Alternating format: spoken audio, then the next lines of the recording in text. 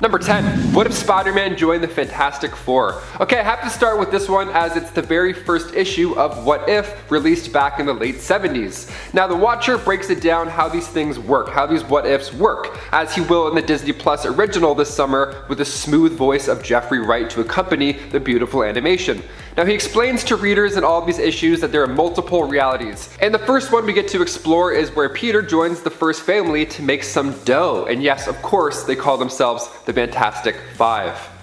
Because 4 plus 1 is 5. See, we're alright here, we're pretty good. The Bugle doesn't hate on Peter. He's actually loved and respected in this story. And it's a good start for the web slinger on this long what if journey, but it's about to get so much more dark. Number 9. What if Spider-Man had rescued Gwen Stacy? Now, issue 24 starts getting into the darker, but also kind of positive notes. See, instead of Spider-Man not catching Gwen with his webs, he ended up jumping off the bridge himself to rescue her. And then after that, well, love is in the air. She's alive. Things are obviously much more positive. He proposes, he reveals his identity to her. Things are looking quite nice. They're so good. And on top of that, Harry and Norman reunite. Harry found out about his father's secret identity and put his life on the line in order to save his father. So they worked it out as well. So far it's like yes and yes. So far so good. Now when Peter and Gwen get married at the ceremony, they're doing the cha-cha slide, drinking some champagne, having a great time, and then J. Jonah Jameson just waltzes in with a bunch of police officers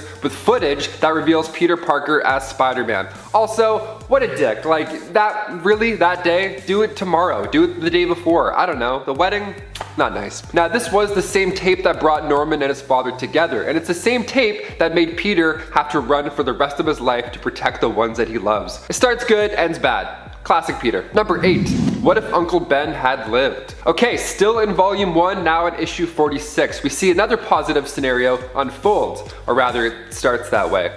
Yeah. So Uncle Ben didn't suffer from back pain in the storyline, or sciatica or anything like that. He just slept comfortably that fateful night, which is great, but some things still have to happen. So instead of him going downstairs to check on that noise, it was Aunt May. So Aunt May ended up biting the bullet instead, and this changed the dynamic for Peter and Uncle Ben.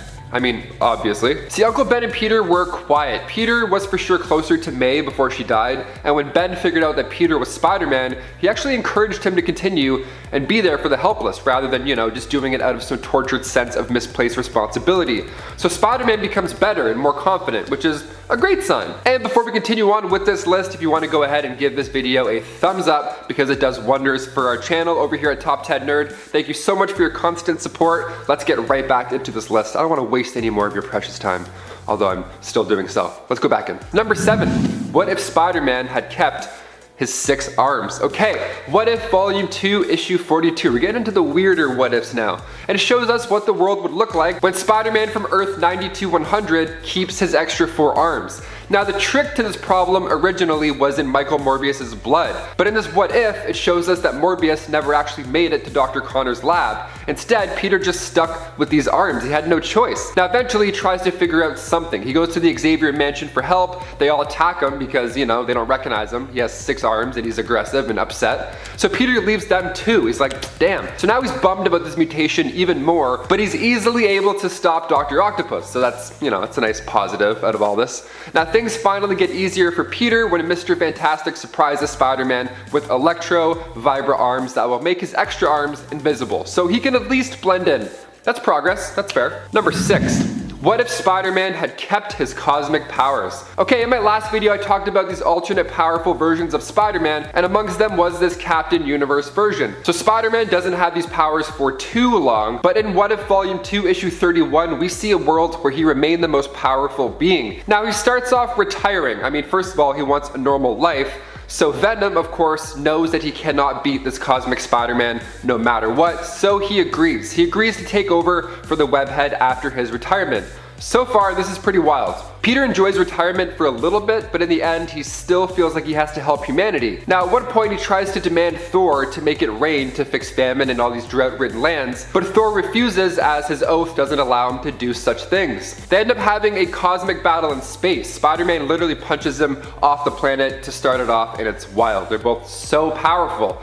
Now finally Dr. Doom shows up. Well, we think it's Dr. Doom, but it's actually a Doombot. So the Doombot shows up offering to help get rid of Pete's problem, and it works. It works so well, in fact, that the spider powers leave too, and Peter is finally able to retire and have a daughter with MJ. Now at the very end, they look into her eyes and they're all white. So MJ jokes and says, "Oh, she's got her father's eyes. How lovely.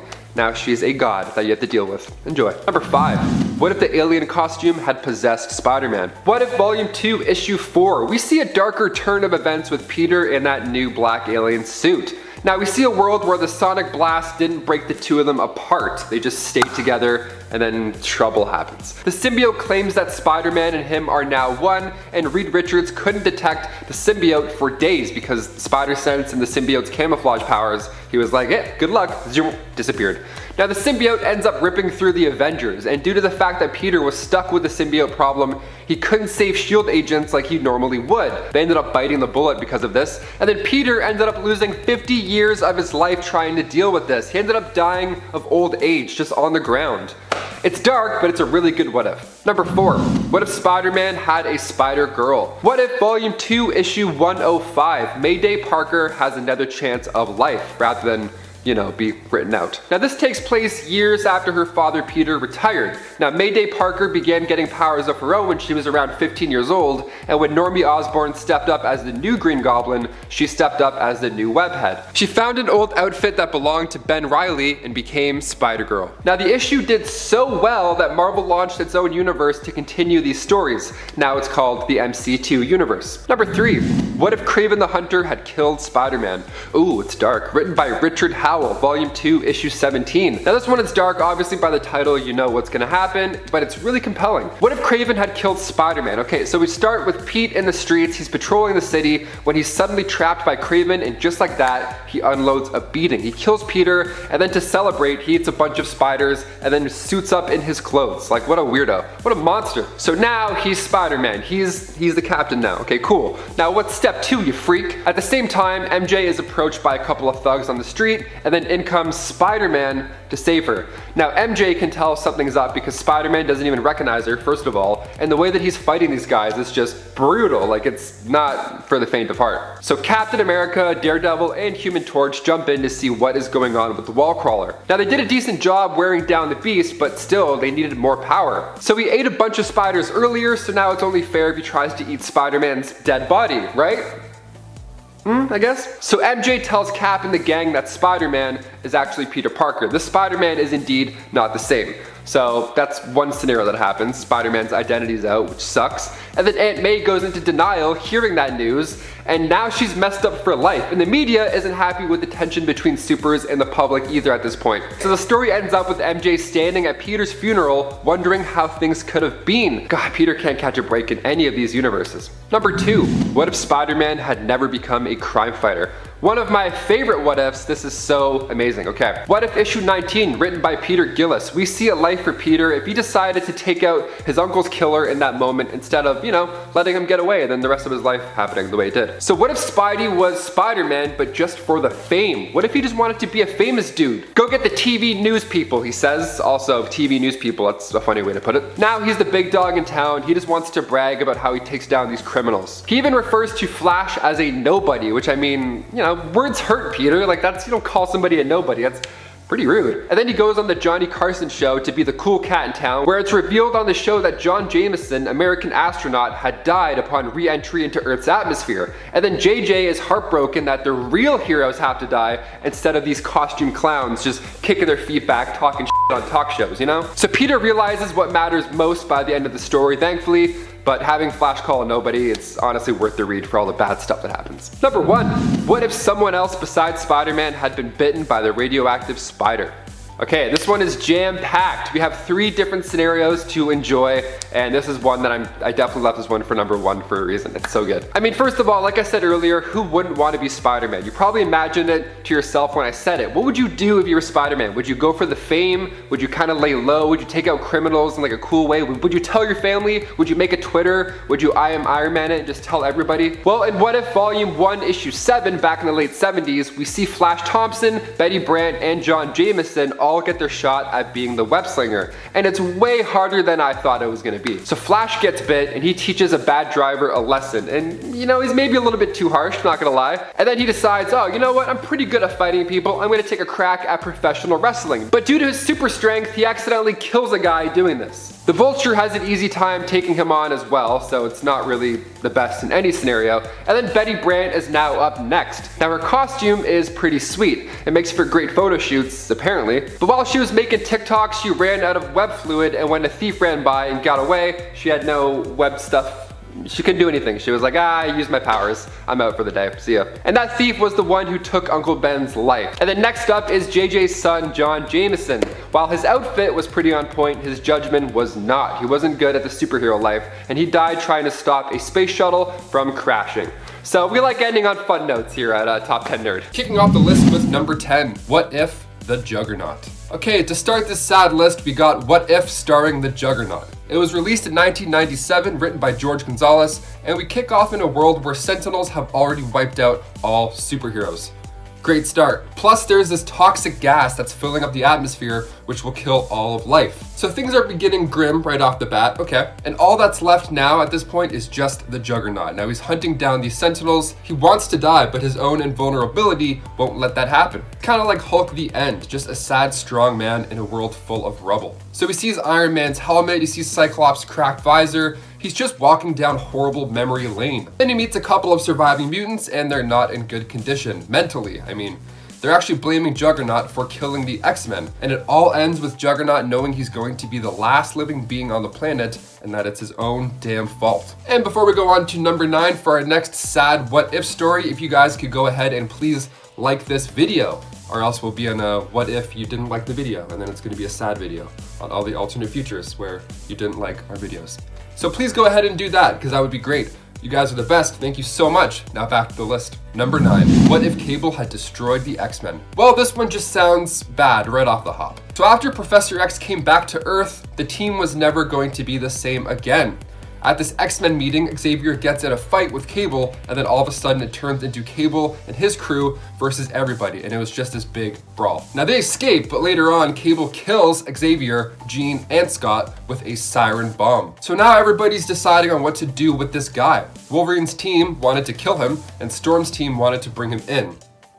Both are pretty bad. So the Avengers have to step in and fight their battles while they're all working their own stuff out over there. So the Avengers are like, just do your thing, we're gonna go fight your bad guys, just wrap it up. But eventually Cable and his team is killed by Wolverine's team. Number 8, what if Wolverine battled Conan the Barbarian? Written by Glenn Herdling and released in 1990, what if Wolverine had battled Conan the Barbarian? So basically Conan and Wolverine switch dimensions. So we have Wolverine causing trouble in the Hyborian Age alongside Red Sonja, and Conan smashes Cyclops in the head with a rock, which causes the full fury of the Phoenix Force to be unleashed. So now this has caused a ripple effect, so the psychic rapport was shattered, and without Wolverine to hurl Colossus at her, there's nothing that prevents Jean Grey from transforming into her dark persona before she can destroy herself, resulting in the destruction of the entire universe. So just like that, Cyclops gets hit with a rock, and then it all goes to shit.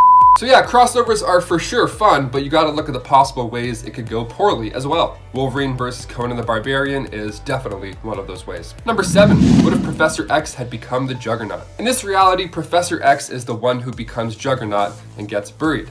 Now this causes him to go down a completely different path when it comes down to the X-Men, because after this, he never ended up creating the X-Men, because he was stuck. So now the Fantastic Four wants to defeat Magneto instead. So Professor X, he's still listening. He's using his mind powers. He's knowing what's going on out there. He's kind of getting pissed that he's not able to go out and help. So he digs his way out, and his telepathy powers are now stronger than ever with his new Juggernaut super strength. So he takes over the country with his own X-Men posse to enforce these anti-human laws. So Cyclops even sided with Magneto at this point because he could block Xavier's telepathy. So they're battling it out on Asteroid M, and Cyclops is trying to remind Xavier about his original dream, you know, with humans and mutants living together in harmony. And before he could really consider it, the ground beneath him exploded and he got launched into space, probably forever, and man, that's gotta be boring. Imagine not dying in space. That sounds like an absolute nightmare. This should be number 1 maybe, I don't know. Number 6, what if the Hulk died and Kyra lived? written by Greg Pak, released in 2007. Okay, so we start with the Hulk saving Kyra by throwing her out of the way of the explosion instead of the ship. So now the Hulk had died along with Crown City. And Kyra, she's pretty pissed, right? She takes all the old power from the planet and gets ready with her sights set on Earth. She's coming. First stop, of course, being the moon, where she defeats Black Bolt and then implants a obedience disc on him. So when Strange and Sentry come to the rescue, she makes Black Bolt use his sonic scream, which of course results in both of them dying. She's killing everybody fast, okay? So Heroime comes to stop her and says that basically if you kill everybody on Earth, nobody can honor your dead husband. So she says, fine, but you're gonna wish you were dead instead. And then it cuts to 21 years later and she's made all the remaining heroes build this massive Hulk statue. And when it's finally done, she walks onto the hand of the statue and then turns into stone, joining him. The end. Yeah, how sad is that? I mean, I feel like it wouldn't take those guys 21 years to build a statue. I mean, if they're getting paid by the hour, sure, then by all means, go for it. Number 5, what if the Avengers had never been? Written by Jim Shooter and Gil Kane, released in 1977. This was actually the first what if issue with a major death. So of course it has to be on the list somewhere. So we start off with the Hulk. Now this time he's not hitting, he's actually quitting. Now this caused the Avengers to dismantle. So Stark asked Rick Jones to find the Hulk, Thor went back to Asgard, and Jan and Hank went back to living as normal people. So Rick finds him, but he's now being held hostage from the Green Giant. So Stark swoops in and saves him, and they head back to the Avengers mansion. So Namor and the Hulk call out the Avengers, or rather what's left of them. So Iron Man makes a few iron suits for the others, and the suits, I mean, they aren't Tony Stark. They can't control these things nearly as well as he can. Unless you're in the movie Iron Man 3, then everyone can do that all of a sudden. So they stay in retirement. They're like, screw that, I don't want any part of that. So he's like, whatever. He powers up his own suit a little bit too much, and then he heads to the battle alone. He fights a bit, and then right when he's about to be ended, the rest show up. Jan, Hank, and Rick are back. Nice. So Tony is done at this point. His armor is weak, he's close to being finished off, so he uses his remaining power to regenerate Hank's armor. So the Hulk snaps out of it and goes after Namor, while the rest of our heroes mourn over a fallen Tony Stark, who sacrificed himself to save his team. Similar vibes to Endgame. A lot of feels in that one, okay? A lot of feels.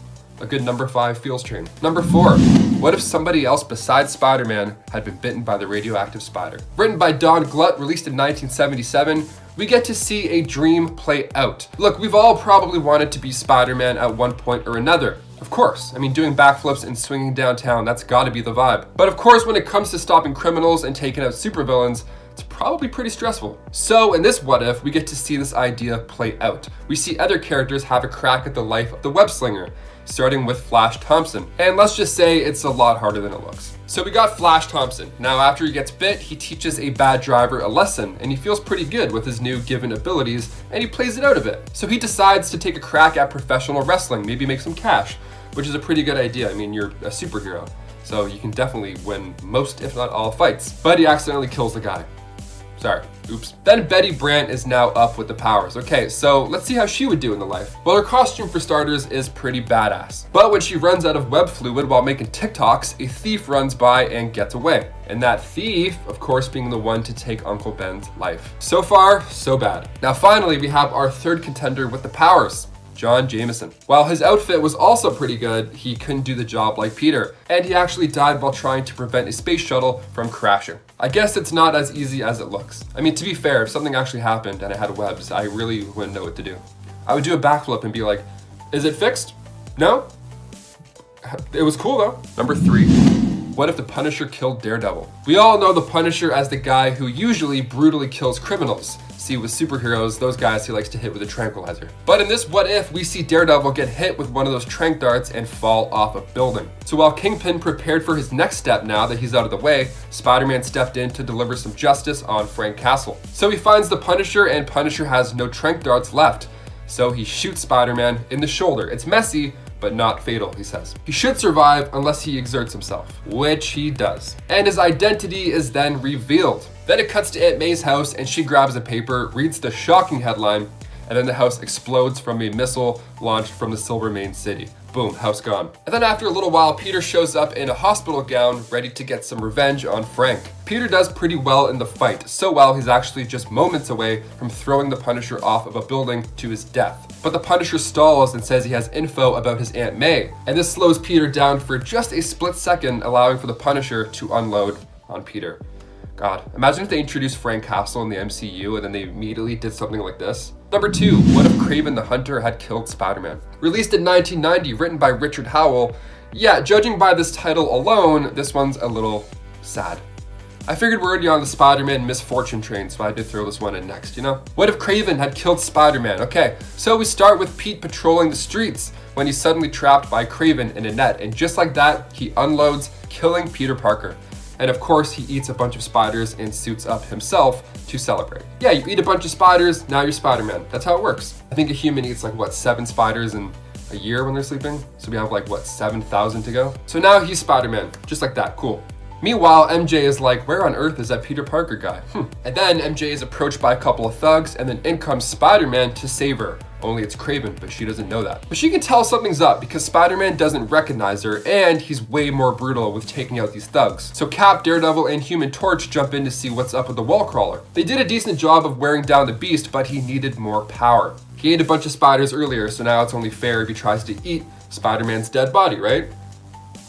Comics are weird. So MJ tells Cap and the gang that Spider-Man is actually Peter Parker, and that the Spider-Man is indeed not the same. And then Aunt May goes into denial hearing about the news. She's messed up now for life. And the media isn't happy with the tension between supers and the public. The story ends with MJ standing at Peter's funeral, wondering how things could have been. God, Peter just can't catch a break, eh? Oh my God. And finally, number 1, the saddest of them all, what if Wolverine father? Written by Rob Williams, released in 2011, we start off with Wolverine taking out the Winter Soldier. And we see a world with Wolverine and Daken if they had spent their life growing together as father and son. So now we get to see what it would have been like if Logan was there for them the whole time.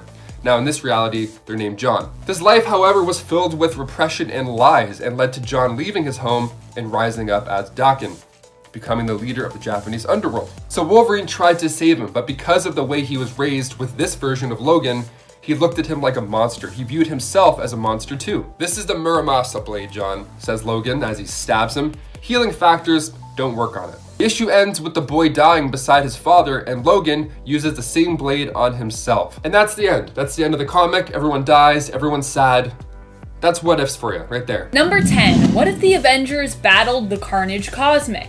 Carnage Cosmic is a version of Carnage where he is bonded to none other than the Silver Surfer. During the first appearance of this hypothetical monstrosity, Carnage simply used Silver Surfer as a mode of transportation to get back to his beloved host, Cletus Cassidy. However, in issue 108 of What If Volume 2 in the 1989 series, we examine what would happen if the villain became more of a greater threat. It takes all of the Avengers to even stand a chance against him, and even then they are overwhelmed. In the end, Silver Surfer is forced to fly into the sun to get rid of this stubborn and deadly symbiote, which also means he has to fight for control all the while. Number 9. What if Rick Jones became the Hulk? Okay, so admittedly this story is more silly than scary, but if you actually think through everything Rick Jones goes through here and the fate of Hulk at the end of the story, it can be seen as, well, being pretty scary.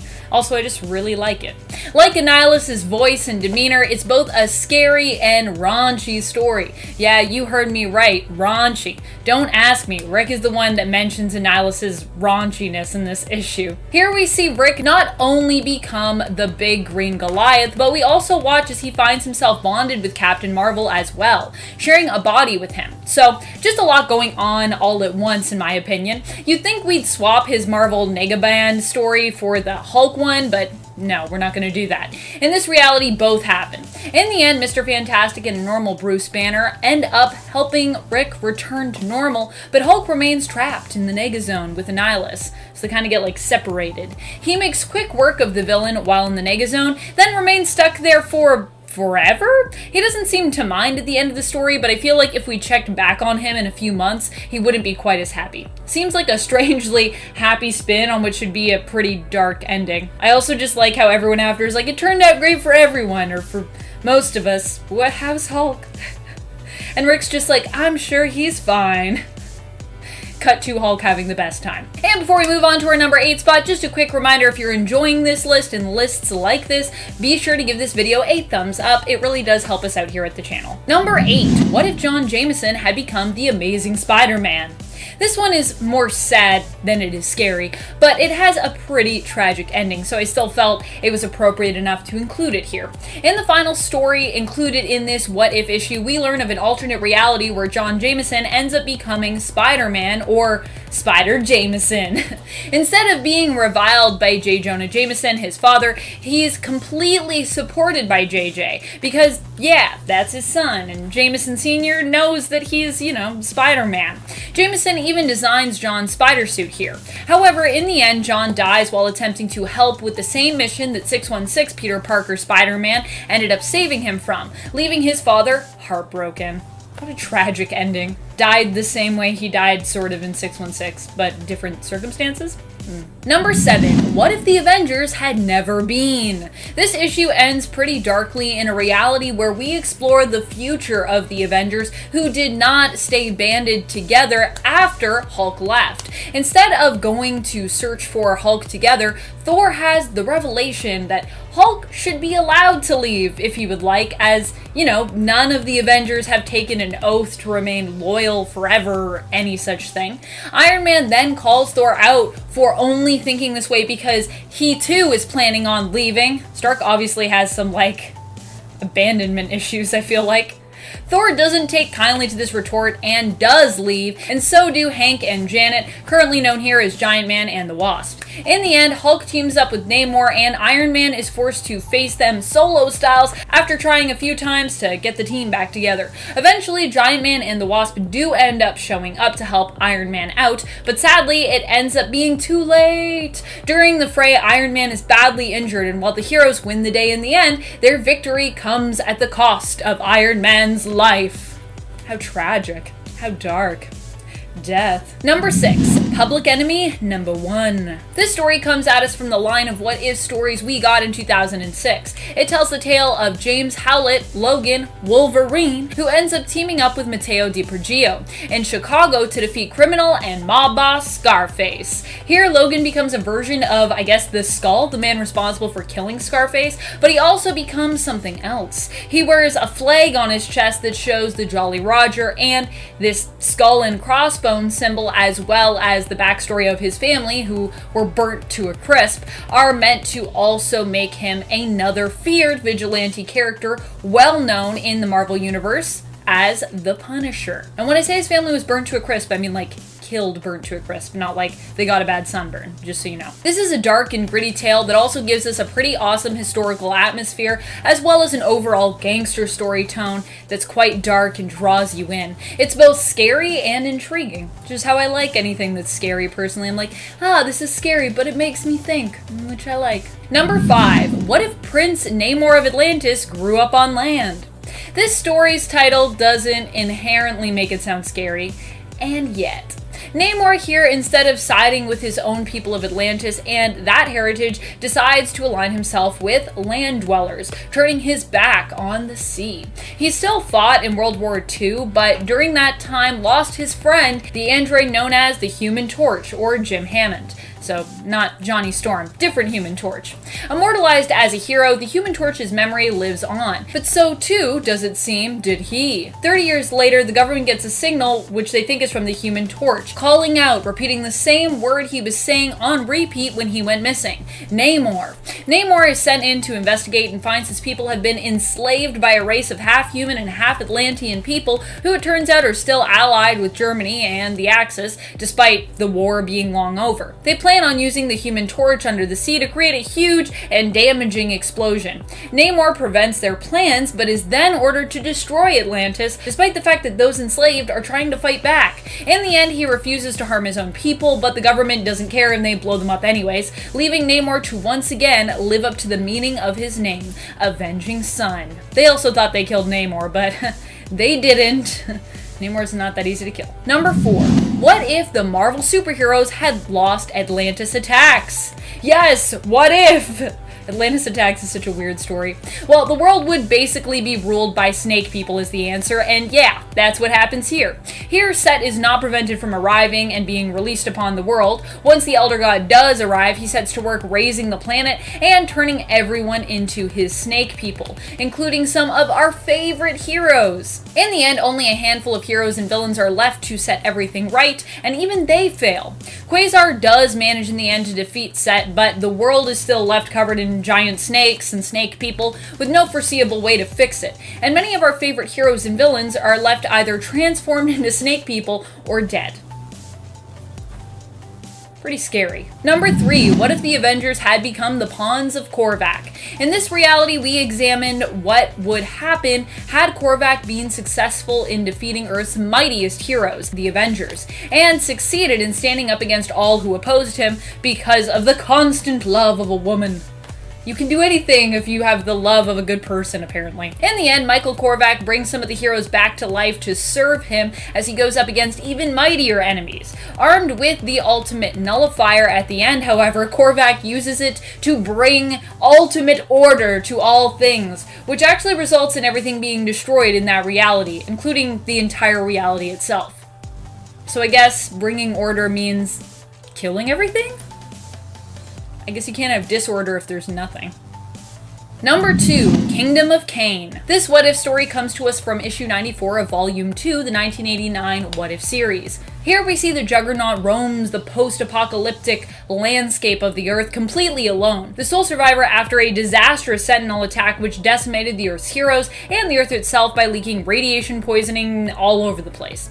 Juggernaut seems to be the only one capable of living in this place, and he becomes almost driven mad by the loneliness, because he's the only one. Until he discovers that not everyone is dead, but actually some people have survived and are living in safety in an underground bunker.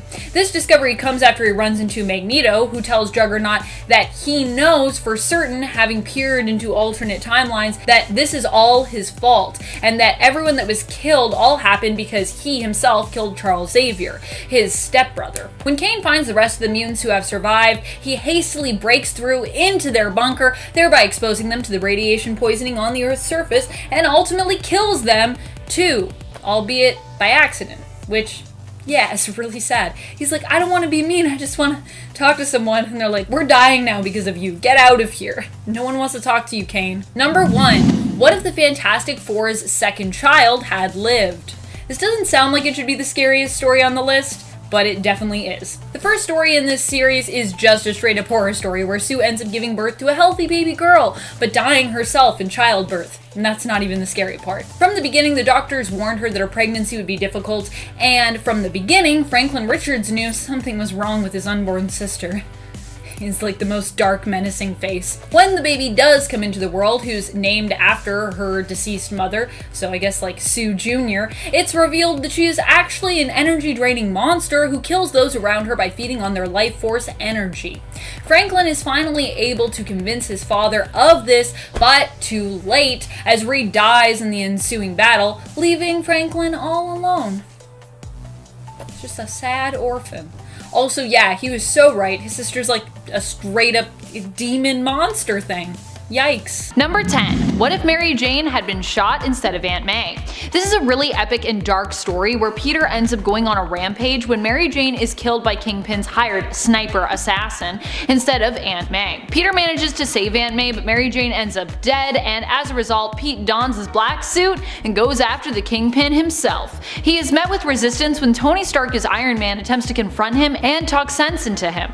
Spider-Man, however, is too far gone and is definitely not in the mood for advice from Tony Stark. This results in an epic fight between the two heroes, while Wilson Fisk's life hangs in the balance of who will win.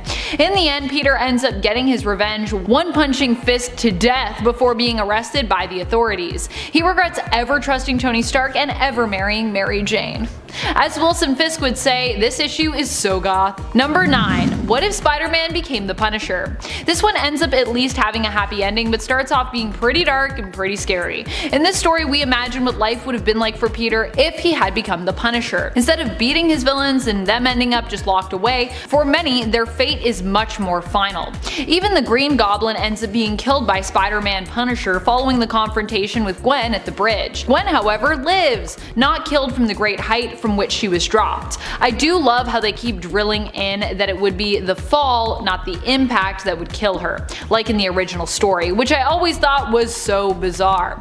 Spider-Man Punisher saves Gwen, but Green Goblin ends up dead, and Harry swears vengeance on the man who killed his father. Although this story has a dark and murderous narrative, it gives us a more happy ending, sort of. Peter chooses love instead of vengeance in the end and gives up being the Punisher, retiring from vigilante life to go be happy with Gwen. As this decision is made, however, Frank Castle loses his family and miraculously survives the shootout in Central Park, in the end becoming the Punisher in this reality as was fated. Although I do think it's really weird in that story that like Gwen living is the thing that like changes that for him. If your like girlfriend's life was threatened, wouldn't that make you more angry? Maybe not. I've never been Spider-Man, so I don't really know. Alright friends, before we move on to this next spot, just a quick reminder to click that thumbs up. It's good for your health, it's good for your heart, it's good for your brain. Number 8. What if Ord resurrected Jean Grey instead of Colossus? In this story, Jean is brought back to life at a time where it is revealed that Cassandra Nova holds influence over Emma Frost. Fearing the return of the Phoenix Force, which would join to Jean Grey once more, Emma decides to take matters into her own hands. Her own diamond hands. It's revealed that the Phoenix Force has been lurking within her cuckoo's minds, and she decides to take hold of it, killing them in the process. Tragic. She then plans on defeating Jean. The X-Men band together to face her, and S.H.I.E.L.D. and S.W.O.R.D. also conveniently join the fray. Like, we're here too. In the end, Ord, Beast, Emma, and her cuckoos, and Kitty lay dead, and the Phoenix is contained, but Cassandra remains undetected, still out there waiting for the right moment to strike. Number 7. What If? The Spider Who Went Into the Cold. This story comes to us from the What If story Spider-Man vs. Wolverine, and asks the question, what if Spider-Man never came back out from the cold? This story sees Peter Parker actually kill someone while acting as Spider-Man. It was an accident. He thought the person had armor that would protect him from the hit, but it was powered down. Of course, who should be working alongside Spidey when this happens but of course Wolverine, who shows no remorse for what Spider-Man has done, jokingly suggesting that they cry about it. In the end, this event changes Peter after he and Wolverine save his friend Alex, and this causes him to become a killing machine. He receives further training, and although he still has a sense of morality, no longer has qualms with taking out the bad guys permanently. He leaves MJ and his life behind, setting out to join S.H.I.E.L.D., working on as a hired Black Ops team. Also, I love a good Spider-Man Wolverine team up because it's just not what you usually get. I love when they team up. Number 6. What if Iron Man had been a traitor? I personally think this one is pretty scary if you put yourself in Iron Man's shoes. For me, one of my biggest fears, and I think one of the most human fears out there, is just a lack of control. In Tony Stark's case, he doesn't really have any control over what he does or how he acts in this story, but is forced into being a traitor when a rival country gains control of his heart. If he refuses to do as is demanded of him, he is put through intense and unyielding chest pains and could be killed. This ends up putting him on a path to attempt to kill Reed Richards, all while leaving a trail of breadcrumbs for Reed to follow so that he might be able to figure out that Stark's actions are not his true intentions and that he is being manipulated into harming his compatriots and betraying his country. Number 5. What if the man, the monster? This is actually one of the scariest ones for me in my opinion. This story was such an intense story that we didn't even get an introduction from the Watcher Uada. Here we have a story where the roles are reversed between Bruce and the Hulk, where Bruce is the monster and the Hulk, or Starman as he's known here, is the sensitive, compassionate one. Here Bruce Banner is a colonel who marries Betty only to mistreat her after being traumatized from years of being mistreated by his own father and witnessing the cruelty his father doled out to his mother. The gamma radiation does split Banner into two beings here, transforming him into another creature with immense power, but this creature is the side of him that actually represents the compassionate side of this trauma, the side who wants to protect, not hurt, whereas Bruce Banner himself becomes the malicious monster. We hear this story from Betty's perspective, who ends up trying to speak out on the way Bruce has treated her, only to have her father not even believe her and send her back to Bruce once she's left, and to later have her confession to Doc Samson manipulated by Colonel Banner, causing her to end up getting sent to a mental institution. Also, I'm not sure what's happening in this last panel of this comic, if it's just like she doesn't know that they're about to come get her and take her away, or if she's there and she's just like, it's fine that I'm here. I'm gonna assume it's the first one, because otherwise that's a really weird way to end that story. Number 4. What if Legion had killed Xavier and Magneto? Just imagine how messed up Age of Apocalypse would be! But also, you don't have to, because the story's gonna do it for you. Thank you, What If. As always, when things get this bad, we have Nate to save the day. Nate Summers believes he can band together his own team of the few heroes left alive after Apocalypse's unopposed rise to take down Apocalypse and even travel back to the past to make things right. Silly Nate Summers. Instead, this only results in Captain America and Wolverine. Wolverine's hair here, by the way, is the real horror show of this story, opposing Nate's plan once it is revealed. Seeing Nate in Apocalypse's armor after Nate has defeated Apocalypse causes them to believe that Nate is trying to kind of take the place of Apocalypse and in essence become a new kind of tyrant, but a tyrant all the same. As Nate uses the Eye of Agamotto and Molecule Man to travel back in time to what he doesn't know is an alternate reality's past, Captain America, armed with Thor's hammer, sends a bolt of lightning after him that kills thousands in that past, setting in motion the apocalypse once more. Number 3. What if Danger became a bride of Ultron? I like how the title is a bride, even though in this reality Danger becomes like the ultimate bride of Ultron. A bride, as though in this reality Ultron is like multiple brides. I feel like that never works out for him, to be honest. But either way, this gives Ultron what he has always truly desired. That sweet, sweet love connection. I mean, completion. Yes. Completion. That's what he's looking for. After Danger rebels against the X-Men seeking revenge basically for years of being used and trapped as their danger room with no one acknowledging her sentience, Ultron hears her calling out, senses her, and leaves his creation Victor, destroying him in order to find her. The two come together and as a wedding present, Ultron gives Danger her father, Professor X, helpless against the technology as his telepathic powers don't work on them. Ultron has him crushed and killed. The story ends with Danger and Ultron soaring off to bring havoc to the universe, flying through space on their creepy mishmashed Sentinel child. It's like a scary story, but it's also a romance story at the same time. Number 2. What if Wolverine was never deprogrammed? This is a pretty scary and gruesome one, I'm not gonna lie. Though, you know, still keeping in line with the PG-13 aspect of comics, a lot of the gore is hidden, but you can still imagine it, and when you imagine what's happening to these people here, it's pretty insane. Here we get to imagine what if Wolverine just kept on being a killing machine, brainwashed into taking out his fellow heroes, including all of those that he loved. As in many of these potential scenarios, it comes down to Wolverine and Kitty Pryde. Kitty is unable to fathom how Wolverine could be so far gone that he'd kill her, and yet after witnessing the death of everyone at his hands, including Invisible Woman, who is clawed through the bottom of her feet before getting claws right through her face, and Captain America, who gets claws right up through the bottom of his jaw through his entire head, she is forced to confront the reality that her mentor and friend Logan is really gone. Like, that's definitely gonna convince you once you see that. You're like, okay, there's no hope for you. In the end, she sacrifices her hand, and it's implied her life in killing Wolverine. She phases her hand through his head, turning it solid, and then letting go as Wolverine instinctively slices off her arm, preventing his body from being unable to heal due to the hand lodged in his brain. That'll definitely prevent someone from healing. I don't even want to think about how you try to do that. How do you function with a hand in your brain? I ask you. Number 1. What if Spider-Man had rejected the spider? This is a pretty creepy, crawly, scary one. It begins with Peter Cocoon but refusing to take the spider's path home. Instead, he kills the giant spider that confronts him while in metamorphosis, remaining lost and unable to move forward, only half a being, until Venom escapes Matt Gargan and prison in order to rejoin with Peter Parker, aware that he is stuck in this stasis mode and vulnerable. Venom bonds with the Cocoon, and after months of battling with Peter inside, is eventually reborn as a new being who goes by the name Poison. Half Peter, half Venom symbiote, permanently bonded. Poison confronts Mary Jane at the Avengers Mansion, but after horrifically attacking her, Aunt May, Wolverine, and Luke Cage, and being spurned by her, disappears, resurrecting his first love, Gwen Stacy, and likely planning to turn her into his monstrous bride. Also, there's a weird thing that happens in that story where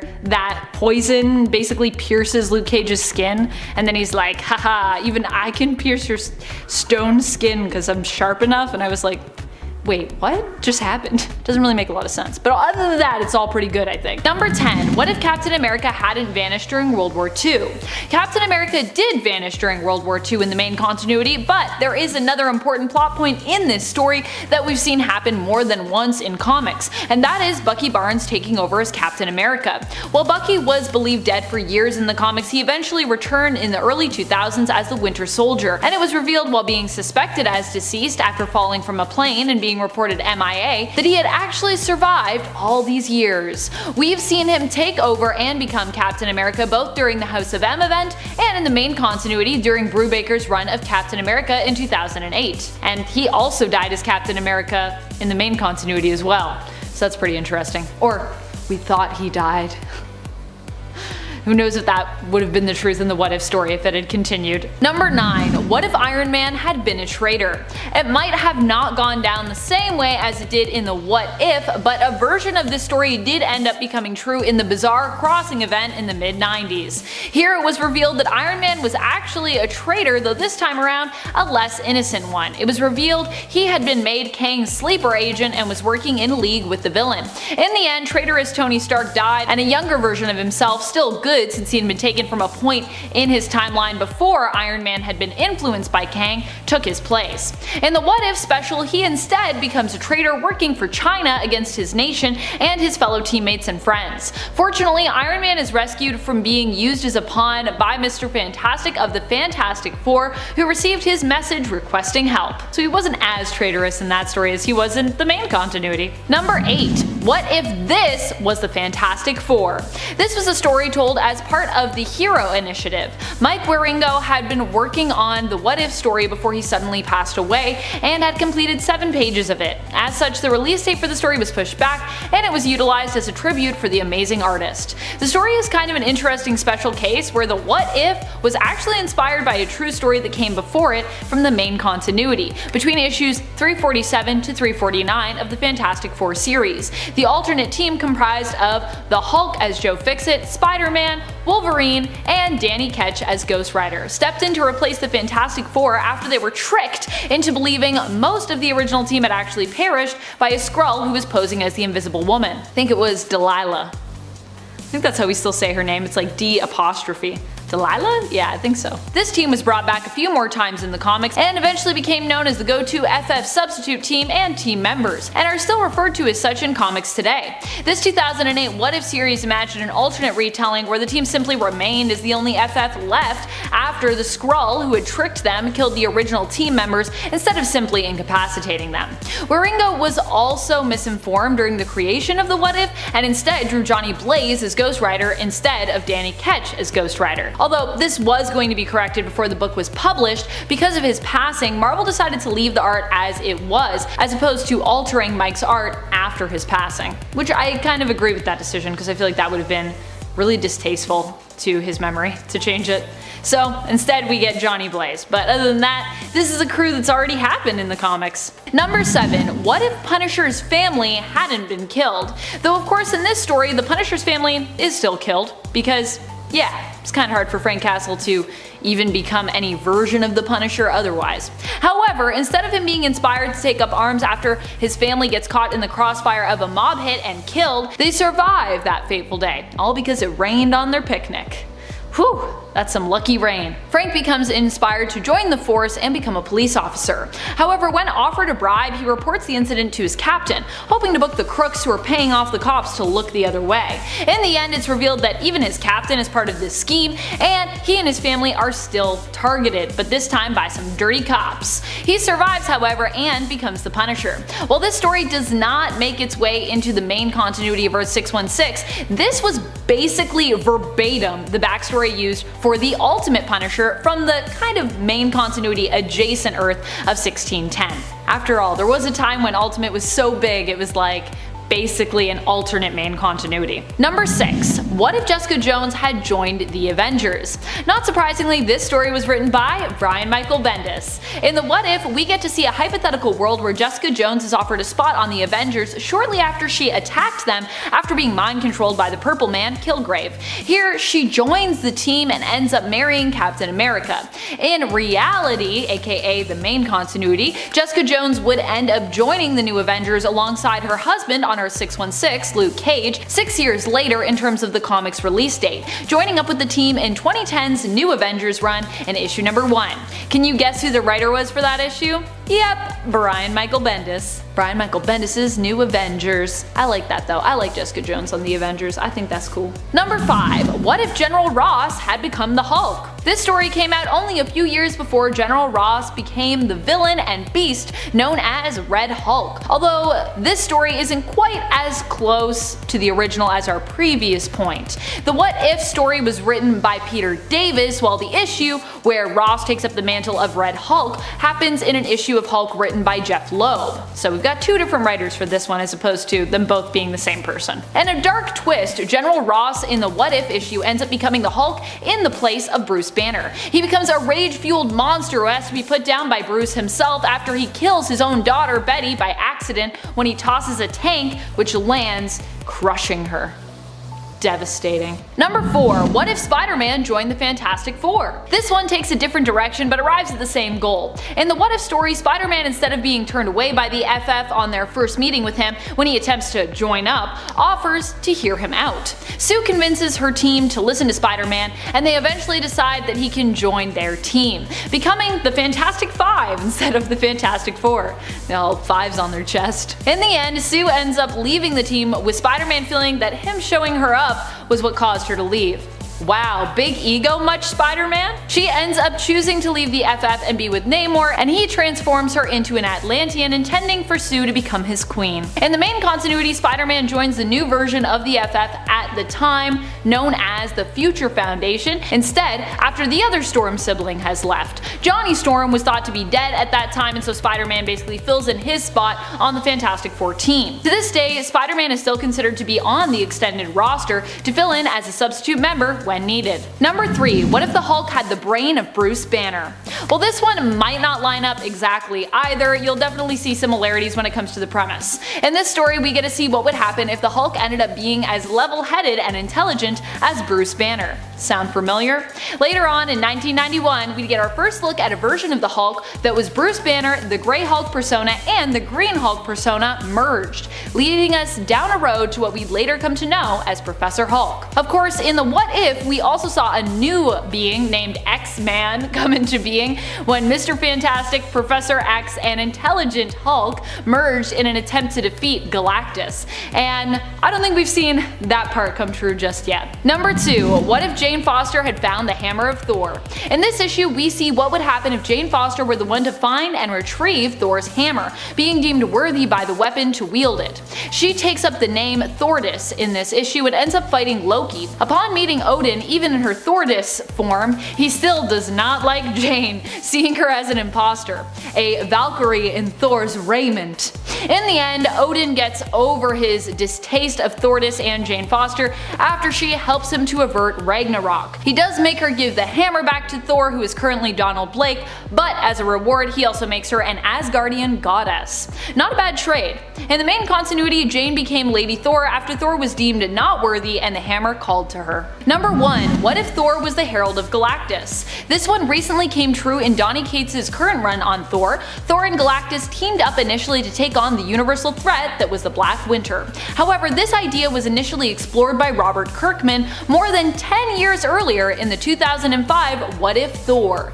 In this What If story, Thor becomes the Herald of Galactus and instead teams up with him to take on Loki, who has conquered Asgard and killed Odin after initially agreeing to become Galactus' herald to save Asgard from his hunger. Thor instead decides to let Galactus devour Asgard now that it is in ruins, and Loki rules it, first allowing his friends and fellow Asgardians who survived Loki's initial assault to escape to Midgard. Then he murders a bunch of frost giants and lets Galactus have his fill. Number 10. What if the leader decided to buy a hat? This is a short one, but a great one. It comes to us from one of the comedic issues of What If in the '89 series. It's just a panel featuring a what if story where the leader buys a hat. Of course, because it is a comedy issue, the leader buys the most ridiculous hat there is. Technically, 2 hats. Propeller hats. I just love his super serious face. This one literally made me laugh out loud. Number 9. What if the Hulk landed on the peaceful planet that Reed Richards promised? This one is both weird, but is also kinda great. It does a really good job of highlighting the division between Bruce Banner and the Hulk and the difference between these two entities. We're also offered a glimpse into how these two manage to work together though, and at times teach each other and help one another. Instead of landing on Sakaar, Hulk lands on the peaceful planet that Richards had intended for him. The nature on this planet calms Hulk and soothes his soul. He and Banner, however, still have their issues and end up dividing the planet in half. Banner hunts and builds tech in an attempt to escape, but the Hulk finds happiness here and becomes worshipped as a god by a race of sorta cat-like creatures who eventually evolve to become cat people. When Banner learns of this, it's implied that he comes to terms almost with his imprisonment when at the end of the issue we see a version of the Hulk who resembles, or seems to resemble, Bruce a little more than he usually would. Hulk continues to protect the cat people from, well, giant alien snakes? I don't think they were always alien snakes, but that's definitely what they evolved into. Number 8. What if the X-Men had stayed in Asgard? This is an interesting story. Here we see the X-Men split as they decide whether or not to stay in Asgard. Those that would leave are permitted to do so, but those who would stay, like Storm, Magik, Wolfsbane, Karma, Cannonball, Rogue, Nightcrawler, and Cypher, are permitted to do so, to the point that there is actually no New Mutants team in Midgard any longer. Instead, we would have had a new X-Men team and basically no New Mutants, with those who stayed in Asgard finding a different kind of happiness there until they're forced to acknowledge that all of this was somewhat of a sham. These mutants are basically like, well, we could go back, but it's really terrible on Earth because people are really prejudiced towards us, and so we're just gonna chill here. This seems nicer in Asgard. Storm ends up fighting a frog version of Thor, and Magik is forced to take on Enchantress as each battles for power. In the end, Loki is defeated, as is Hela, and everyone who remains alive, which is pretty much all the mutants that chose to stay, live happily ever after in Asgard. What a nice ending. Number 7. What if Peter Parker had become Nova? In issue 15 of the 1977 What If series, it gives us a glimpse into 4 other options for Nova's true identity. One such option posed in these alternate storylines is Peter Parker. Here we see Peter become one of the most depressing characters when he is bitten by a radioactive spider that has absorbed a higher dose of radiation than the one on our world, or the Earth of 616. I mean, 616 isn't really our world. I don't know. Do you guys think we live on 616? I think we actually have a categorization for this world. Meaning that instead of giving Peter powers, he loses the ability to control his legs, becoming paralyzed from the waist down.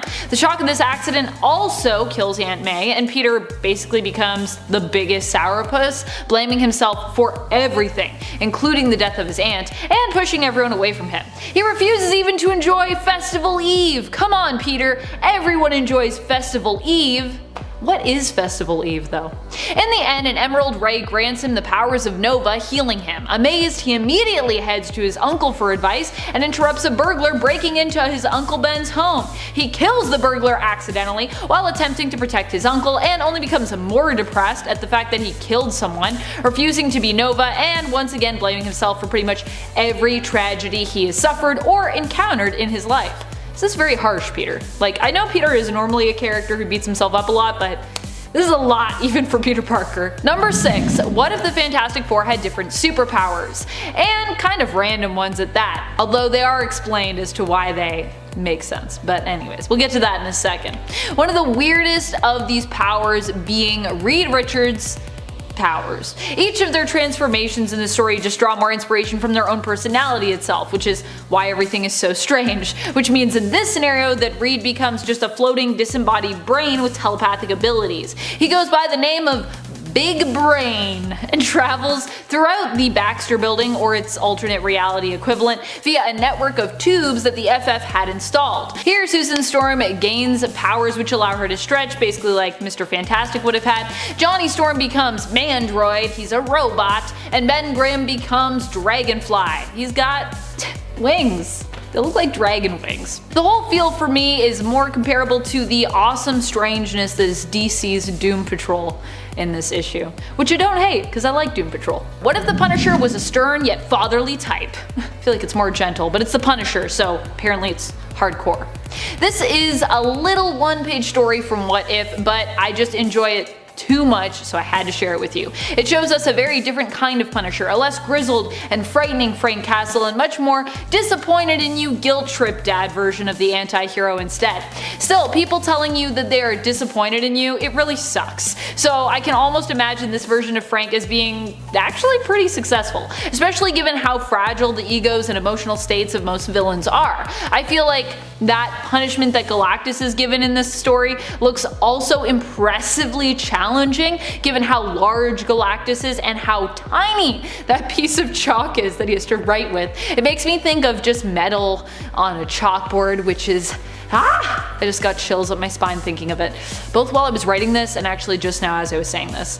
Anytime someone talks about metal or nails on a chalkboard, sorry if I triggered anyone. What if the X-Men lost Inferno? AKA, what if Sim and the Soul Sword had simultaneously returned to their accustomed spot in Limbo? Apparently. That's like the secondary question we're given in the story. In this issue, we learn what would have happened if the X-Men lost to Madeline Pryor. In this alternate reality, Sim and Maddie end up as kind of a power couple for a time, with Wolverine as their villainous pet, whom they feed human babies to, which a feral Logan apparently devours with glee. Wow. He doesn't even seem to be able to resist their making him into a monster, which is, strange, but yeah, I guess he's just fine with it. Rachel Summers, Phoenix, who is trapped inside a mannequin, does end up returning, giving the surviving heroes hope after the world is overrun by demons. Although also in this reality, Jean is killed by Madeline, so we don't have any Jean to save us. Wolverine kills Maddie as a reanimated skeleton after she seizes the Phoenix Force for herself, saving the world before he perishes. It's always strange when you have a skeleton Wolverine just killing people. Snicked, snicked. He also manages to kill Kitty before this while he is evil, which I'm like, Kitty, why didn't you just don't let yourself get hit? That's like your whole thing, but okay. This issue ends with Alicia Masters Storm, who is obviously the Human Torch's paramour here, giving birth to a baby in the new world, assisted by Rachel and Doctor Strange. Yay? I love you, baby. What a weird thing to say to your babies. I just feel like it's such a strange do mothers say that when their babies are born? I love you, baby. Number 3. What if the Fantastic Four all had the same power as Human Torch? This is a weird and depressing story that is one of 4 different stories included in an issue that asks the question, what if the Fantastic Four all had the same power? The answer when it comes to the Human Torch's power is that the FF gets reckless and basically endangers human lives. In this story, we see the Flame On family accidentally set a building on fire while fighting, a building that happened to have a woman's baby inside named Angel while she was working at a cafe across the street. Don't worry, she had a sitter, the baby wasn't alone or anything, but still. It's not good. The FF realizes too late that the building has caught fire. They're able to save some people, but they can't save the baby, and the story ends tragically there. So I guess them all having flame powers would not be good. We shouldn't do that in the main continuity. It'd be sad. Number 2. What if Conan the Barbarian were stranded in the 20th century? If you were around for part 1 of this list, you'll know Conan visited modern day New York once in the What If series. This time around we answer the question, what if he never left? Here Conan gets into more trouble, is arrested instead of leaving, but escapes the law and ends up as a sort of unaware villain. I don't think he knows he's a villain, but he's definitely pretty villainous. He ends up working alongside criminals and returns to Danette, the cab driver he fell in love with previously, in an attempt to impress her with his new clothes and his wealth. She tells him she isn't into this new Conan, who she describes as looking like a pimp. I mean, he does have like a leopard or something on a chain. Leopard? Cheetah? What do we call that animal? What do you call an animal with spots? In the end, this path leads Conan to an epic battle with Captain America, which ends with Cap offering him a place on the Avengers, basically in a weird turn of events. Captain America's like, I respect you, also you got some problems, you should join the Avengers. Conan does not accept this offer, but he does ponder it at the end of the issue, as he looks like wistfully out the window in a very tight t-shirt. I think he needs a bigger t-shirt. Number 1. What if Thanos changed Galactus into a human being? This issue is just ridiculous good fun. This is the first story featured in the 1989 issue What If No One Was Watching the Watcher. Here we see Thanos decide to punish Galactus, whom he is fighting in an even worse way than by killing him. Instead, Thanos turns Galactus mortal and he appears on Earth with no recollection of who he is, and coincidentally looking a lot like Elvis Presley. He is found by a waitress named Gertrude who takes him in and believes herself that he is an amnesiac Elvis. She educates him on what she thinks is his history and his music, and weirdly enough Galactus also has the ability to sing just like Elvis. Huh? He ends up falling in love with music and starts playing and gaining prominence as people believe he is the real king returned from the supposed dead. He even refuses to return to his life as a god when Adam Warlock finds him and reveals the truth about his history. That's just how much Galactus loves music and his new life with Gertrude and her son.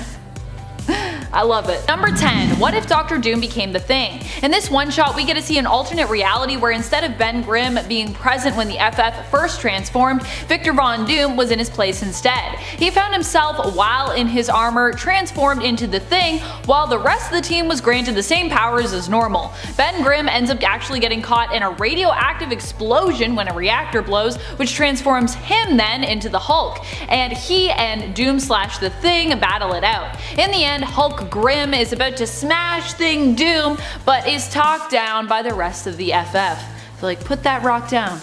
Calm down. It's all good, Ben. He ends up joining them while Doom still becomes the team's villain, bearing very different scars because, you know, under his mask, he's the Thing! Number 9. What if Spider-Man's parents destroyed his family?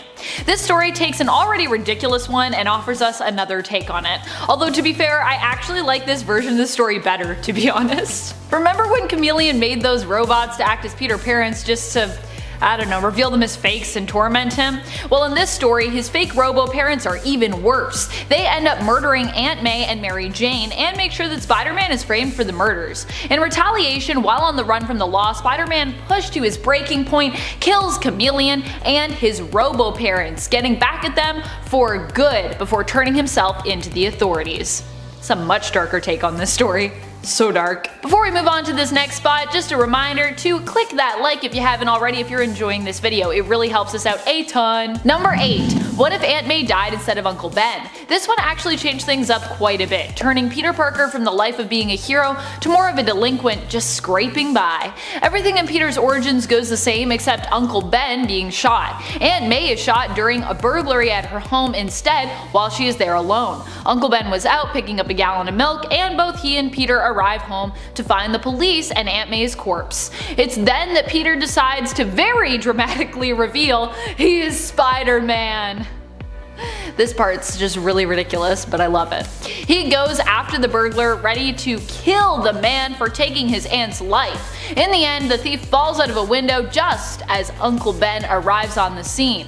Rather than let Peter take the rap when the police show up or confess what truly happened, because he could just be like, that person just fell out a window, Uncle Ben confesses to killing the man for murdering his wife, even though he didn't. Ben goes to jail and without anyone to guide him, Peter gives up being Spider-Man. He does however don the costume once more to put JJ in his place for coming after him after the death of his son John Jameson, who in this reality wasn't rescued by Spider-Man, because Spider-Man wasn't Spider-Man at the time. He also calls JJ some pretty harsh names considering the guy recently lost his son. Jeez, Spidey? Basically, if Peter Parker doesn't have Aunt May to guide him, he's kind of a jerk and is kind of terrible. So that's what I learned about that. Uncle Ben is not as good as Aunt May, apparently. Number 7. What if Green Goblin stole the Infinity Gauntlet? I personally love how this story just jumps right into it. The introduction reminds us of both the Dark Reign and Infinity events, and then they just jump right into Norman Osborn murdering his originally own Dark Avenger, Sentry, with the Infinity Gauntlet. Wow. Also, how is Norman even able to wield such a powerful weapon? Because he's just like a normal human, right?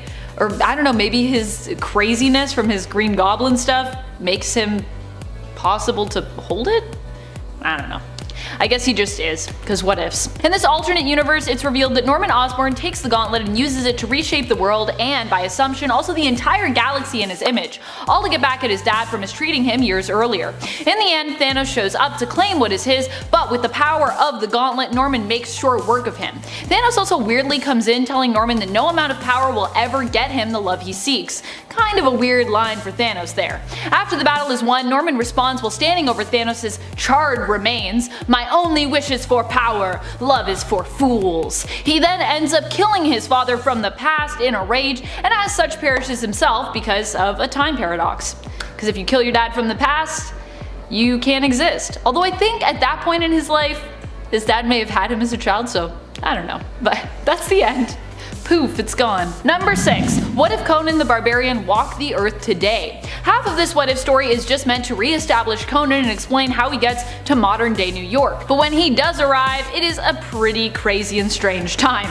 This apparently, according to the cover anyways, was the most requested and highly anticipated what if of the day when the first volume of What Ifs was happening in the 70s. Conan, upon arriving in the modern day, has a lot of weird and, in his opinion, I'm sure disturbing experiences. One sees him harassed by an elderly woman who hits him with her bag because she believes he is too scantily clad. She's like, "Cover up your bottom, sir. Cover that up." Conan doesn't like this very much, and so he dumps her in a trash can. Literally, she's just stuck in it, and I'm just like, wow, Conan, that's pretty intense. She's just an old lady. He then runs into a cab driver, striking her vehicle with a sword, believing it's a monster. She ends up taking pity on him though, saying she senses he is mostly harmless, despite the fact that he is super muscly, looks pretty angry most of the time, and just struck her cab with the freaking sword. In the end, Conan disappears from New York and is transported away when he is struck by a bolt of lightning, which does not seem to really surprise the police officers who witnessed that. I guess in modern day New York, where superheroes exist, life is so fantastical that nothing really phases you. Also, maybe that's just the 70s, like maybe in the 70s people got struck by bolts of lightning and disappeared and people were like, that's totally a normal 70s thing to happen. I don't know, I wasn't alive in the 70s, so I don't know if that's true or not. Number 5. What if Vision of the Avengers conquered the world? Time to answer that burning question you always wanted answered. What if Vision of the Avengers had conquered the world? No? Did no one need this question answered?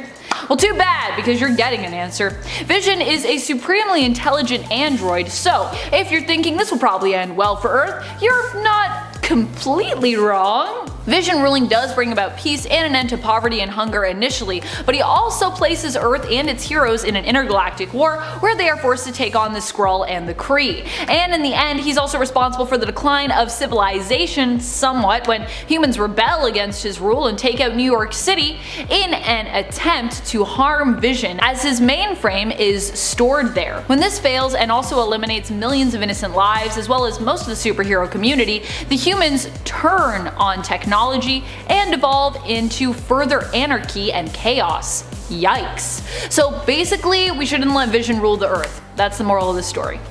It's not gonna end well, probably. Number 4. What if Prince Namor of Atlantis grew up on land? I feel like a lot of the other heroes and teams that were highlighted in this early 2000s batch of what ifs got much more interesting concepts thrown their way. The answer to this what if is likely just what you imagine. Namor is kind of just less impressive. It starts off after Namor gets teased for being unable to swim.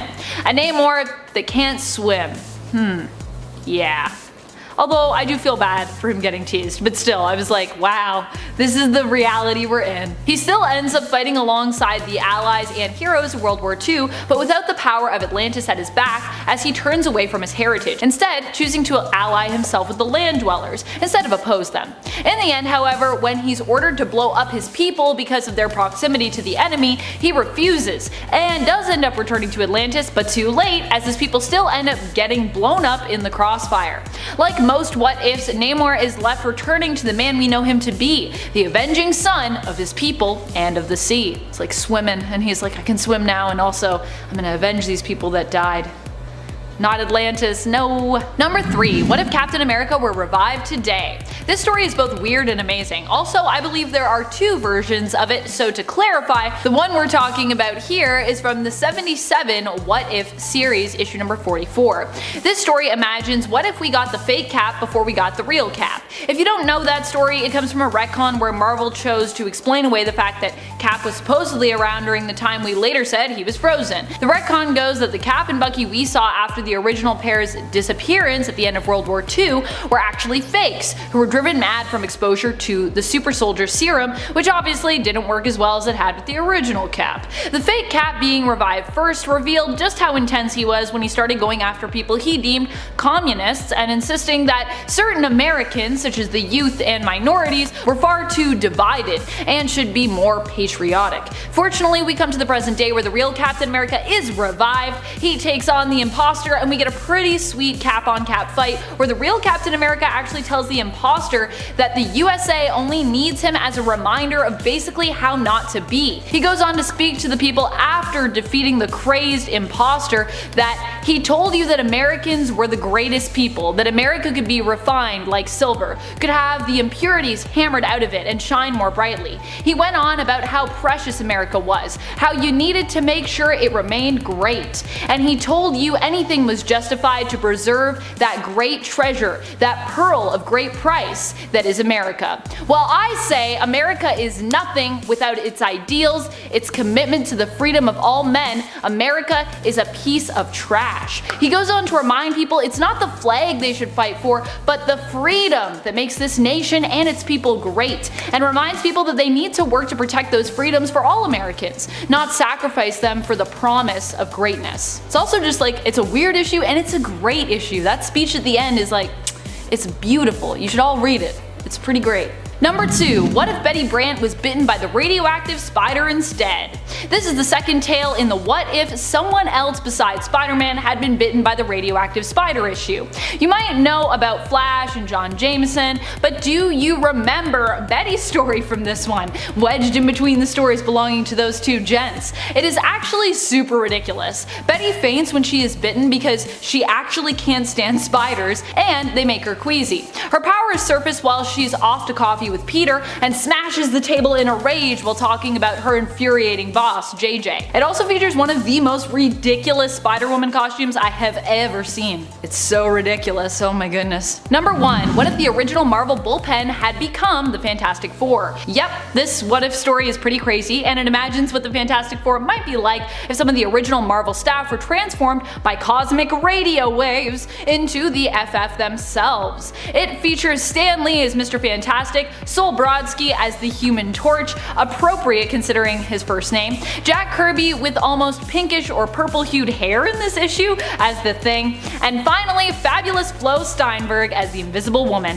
It all happens after the team receives a gift from a mysteriously glossy-eyed fan. It turns out the gift is some kind of contraption that the team thinks is a radio, but then it seems to blast them with a bunch of superpower granting cosmic rays, or their radio equivalent. The story sees the Marvel staff FF crossing paths with Namor and even taking on Skrulls. Number 10. What if Aunt May was a mutant with claws? I just love how this is posed as a scenario where Aunt May just uses her claws in place of the good old-fashioned parental guilt trip.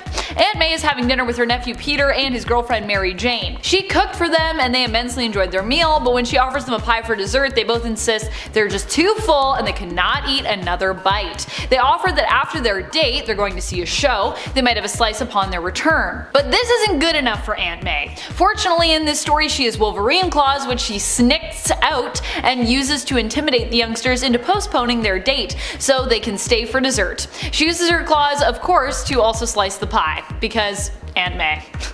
What else is she gonna use them for? Although I would really love an alternate world where Aunt May just was Wolverine.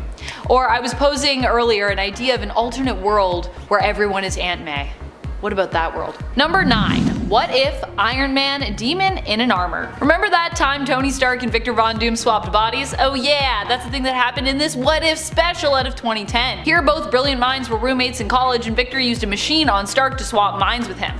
Stark's memories were also wiped, so he never knew he had been Tony Stark. Victor, as Tony, used his millions to create his own inventions, but ultimately ended up ruining the Stark name with less than noble pursuits and his own greed. On the other hand, Stark as Victor succumbed to alcoholism but recovered and then created Doom Industries, a brilliant company responsible for its own Doom armor suits and technological advancements. In the end, Doom in Stark's body attempted to attack Doom Industries, but was apprehended by Stark in Doom's body. He then revealed the swap that had taken place years earlier and bargained to swap back in exchange for his freedom, but Stark in Doom's body is just like, nah thanks, I kinda have the better company and life now in your body. I like this body. Why would I want to be Tony now when I can just be the honorable Dr. Doom? Good point. Good point. Why would you ever want to be Tony Stark when you could be Dr. Doom? That's the real question. That'd be awesome. Number 8. What if Sergeant Fury had fought World War II in outer space? This story offers a glimpse into an alternate reality where World War II was fought in space? This story takes place in an alternate reality where instead of being divided by eastern and western fronts, the battle is divided between beta and alpha sectors. As such, we get to see Sergeant Nick Fury fighting alongside the Howling Commandos in outer space, smoking a cigar even while wearing a space helmet. Seems like a bad idea, but it's Nick Fury, so that's what he's gonna do. It's also explained that we have Da Vinci's inventions to thank for this early technological advancement, which led to us getting to outer space in the 1940s, which is maybe the best bit of exposition explanation in the book, and just in general that I've read. It's pretty ridiculous. Oh, and of course we also get to watch our heroes fight aliens, because space. Number 7. What if the world knew Daredevil was blind? Yeah, this is a weird story, especially because it kind of implies that if Daredevil wasn't blind and didn't have superpowers, his life would actually be better or easier. As though, like, you know, if you're blind, your life is going to be terrible, but if you're not blind, your life is great, which I don't think is true. That's not how that works. I mean, he's also still got an enemy in Wilson Fisk, I'd assume, so I just feel like this is a big oversimplification. In this story, the world finds out that Daredevil is blind, and as a result, those close to him begin to piece together that Daredevil is in fact Matt Murdock, because, you know, Matt Murdock is blind. Get it? He then ends up having his sight restored via an operation, unmasks, and lives happily ever after with Karen, trading his heroic initials of DD for DA and becoming the new district attorney of New York. He's swapping it out. I also love how Karen's like, oh, thank goodness you're not a superhero, now we can get married. Number 6. What if Black Bolt talked in his sleep? This is a very short story, and I think you can imagine how it ends if you are familiar with the Inhuman King known as Black Bolt, but it's also just very humorously written. You can find this single-page story near the back of issue 9 of What If Volume Number 2. Apparently when Black Bolt eats pineapple pizza before bed, it has disastrous consequences. Also, good to know what kind of pizza Black Bolt likes. I personally also love pineapple on my pizza, but I feel like that just lets you know if someone's cool or not. Oh, the strange things that you learn about people and pizza. If Black Bolt talked in his sleep all the time, the Inhumans would have a lot of rebuilding to do all the time. I also just like how resigned some of these Inhumans are in that last panel. Like, oh, he did it again, I guess I'm just gonna sleep on some rubble for the rest of the night. That's just how it is, shucks. And only Medusa is the one that's mad. She's like, baby, I told you not to eat that pizza. This always happens. Number 5. What if Wolverine had a styrofoam skeleton? Issue 100 is just one of the best for some real weird stories. One of the stories it offers us is only told through a mock-up cover, but it's so good it's just gotta be mentioned because the cover is just too good. It also is presented beside another great mock-up cover offering an alternate story where Peter Parker became Sheep Boy instead of Spider-Man. Sheep Boy, I love it. In the Wolverine mock-up, we're offered an alternate Logan who goes by the codename Wolverwimp. He is cowering on the front cover, about to have his styrofoam skeleton ripped out by Maggie Nito, a mean little girl. I also just love the reference to Wolverine also losing his nose when he lost his adamantium that's on there. Mock-up what if stories are actually the best. I wish we got a full story of this. Someone write that, please. Number 4. What if Iron Man was trapped in the time of King Arthur? The craziest thing about this what if is that it's actually kind of an alternate retelling of a real-life main continuity story where Iron Man was transported to Camelot in medieval times with Doctor Doom and managed to escape. Although this story offers the alternative of, what if he wasn't able to escape and only Doctor Doom got out? You can find it in What If Volume 1, Issue 33. The answer to the question is that Iron Man would be drained of energy, get frustrated in realizing that, he couldn't rebuild a time machine, and ends up becoming Sir Anthony of Iron, an Iron Knight at King Arthur's Round Table. In fact, he uses his suit to help protect the realm from the evil Morgana, defeating her, but in the ensuing battle is unable to prevent King Arthur from becoming mortally wounded. With his dying breath, Arthur makes Sir Anthony his successor, even though they kinda just met, but it's fine I guess. Which means that the Anthony of Iron Man's past, his past self from the future, would probably be really weirded out if he ever read any stories of Camelot. He'd be like, Sir Anthony of Iron became the king. Wait, I'm Iron Man. What? Maybe that was actually his inspiration in the alternate reality to create the Iron Man suit. And now Tony's just stuck in like a time loop. Number 3. What if Wolverine was the Lord of Vampires? In this story, Wolverine becomes the new Lord of Vampires, which is kinda weird considering what we know of Wolverine's healing factor now, but this is also obviously an alternate reality and a story that was written in the 90s, so there's that. Here Wolverine is transformed into a vampire by Dracula. It also features a sweet vampire hunter version of Punisher, who is sporting Doctor Strange's cape, and I personally think that the Punisher looks amazing in that cape. So lavish, I just want him to wear capes all the time now. In the end, Punisher is defeated, but Wolverine has a crisis of conscience and ends up flipping to the side of good once more, killing himself and all the other vampire supes and villains he'd made at the same time. And for some reason, Doc Ock's body and tentacles turn to dust. Now, shouldn't his tentacles be okay though? Because they're not made of his tissue. Also, I love when people are like, "You're dust," and all their clothes become dust. I'm like, shouldn't their clothes be fine? Anyways, it's a small technical thing, but it bothers me. Number 2. What if paper skin? Remember when we were talking about issue 100 of volume 2 of What If? Well, an actual story that is featured in there is called Paper Skin. It is honestly such a strange story. I need to share it with you. This is a what if story that seems to posit the question of what if Mr. Sinister could offer Gambit a cure for Rogue's powers. It's revealed in the story that Gambit has already betrayed the X-Men by bargaining with Sinister, offering important Cerebro files in exchange for what he wants. Although what Gambit wants is not actually for him, but is kind of for all mutant kind, a cure to the Legacy virus. As he's about to leave after getting that cure, Sinister offers him something else that he simply can't resist. A cure for Rogue, his one true love,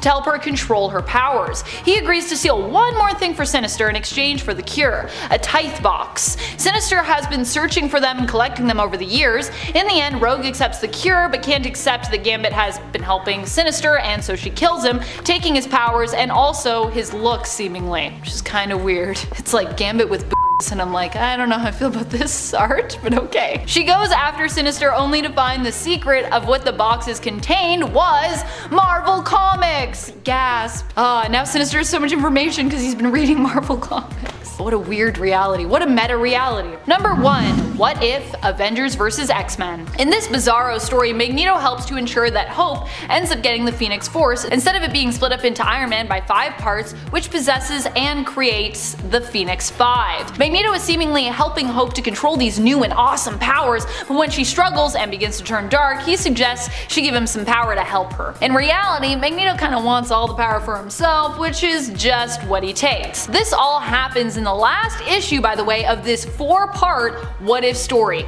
And after Magneto takes the power, it gets pretty weird. Yeah, that's not where it ends. It just keeps going forever. He takes the power and is instantly corrupted by it. As such, Xavier somehow uses his powers to temporarily mess with Magneto's sight, despite the fact that Magneto is wearing his helmet, and then Wolverine snicks him through the eyes. This results in Magneto basically exploding, killing everyone on the planet, and destroying the Earth. Then Jean shows up randomly and just kinda reveals she saw all of this coming. She uses her Phoenix powers to fix the planet, bringing back plant and animal life, but not people for some reason. She says it's up to her and Wolverine as basically an Eve and an Adam of sorts to do that. She could have just brought all those people back, I'm pretty sure, because she's got the power of the Phoenix, but yeah, it's a weird one. It's a weird one.